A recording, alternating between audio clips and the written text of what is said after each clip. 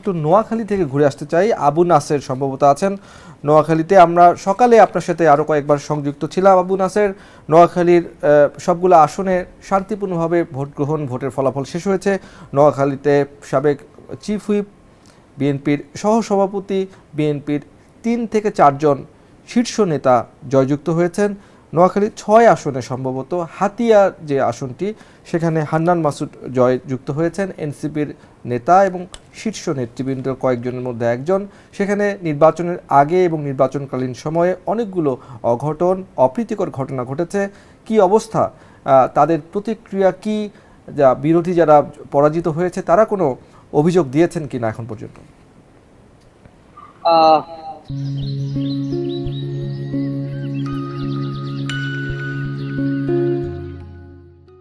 নোয়াখালীর 6টি নির্বাচনী এলাকাতে অত্যন্ত শান্তিপূর্ণভাবে ভোট গ্রহণ সম্পন্ন হয়েছে। উৎসবমুখর পরিবেশে ভোট শেষ হয়েছে, ফলাফল ঘোষণা করা হয়েছে। তবে বিচ্ছিন্ন বিক্ষিপ্ত ঘটনা ঘটেছে আসলে দিক উপজেলা হাতিয়ায়, এবং এই উপজেলা নোয়াখালী 6 আসন। এখানে ভোটের পরিবেশ নিয়ে প্রথম থেকেই শঙ্কা ছিল, যেহেতু একটু বিচ্ছিন্ন এলাকা এবং সেখানে একে তো দ্বীপ উপজেলা, আরো বিচ্ছিন্ন বিক্ষিপ্ত কিছু চর রয়েছে, দুর্গম চরাঞ্চল রয়েছে। ফলে নির্বাচনের আগেই কিছু ঘটনা ঘটেছিল। তবে নির্বাচনের দিনও কিছু ঘটনা ঘটলো।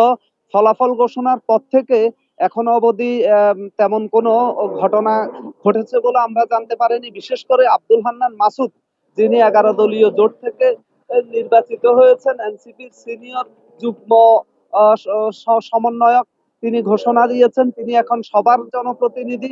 তিনি একটি শান্তির হাতিয়া গড়ে তুলতে চান, একটি অনন্য উচ্চতায় হাতিয়াকে নিয়ে যেতে চান। এই লক্ষ্যে তিনি প্রতিদ্বন্দ্বী প্রার্থীদেরও সহযোগিতা চান।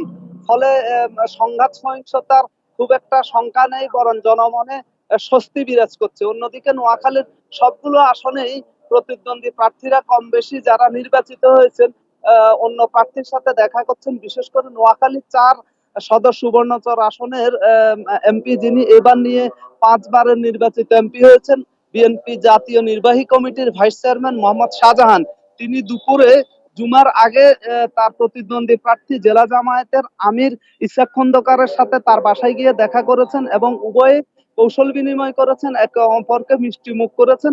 মোহাম্মদ শাহজাহান বলেছেন যে তিনি সবাইকে নিয়ে শান্তির, সম্প্রীতির, উন্নয়নের এলাকা করতে চান, উন্নয়নের নোয়াখালী জেলা শহর। এবং জানতে চাচ্ছি যে এখানে যারা সংসদ সদস্য হিসেবে বলা চলে নির্বাচিত হয়েছেন, নির্বাচন কমিশন থেকে গ্যাজেট প্রকাশ হলে তাকে মানে আইনতভাবে সংসদ সদস্য বা এমপি বলা হবে।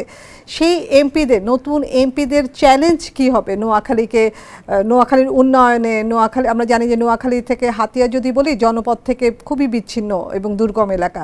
তো এই মানে এমপিদের চ্যালেঞ্জ কি হবে নোয়াখালী উন্নয়নে?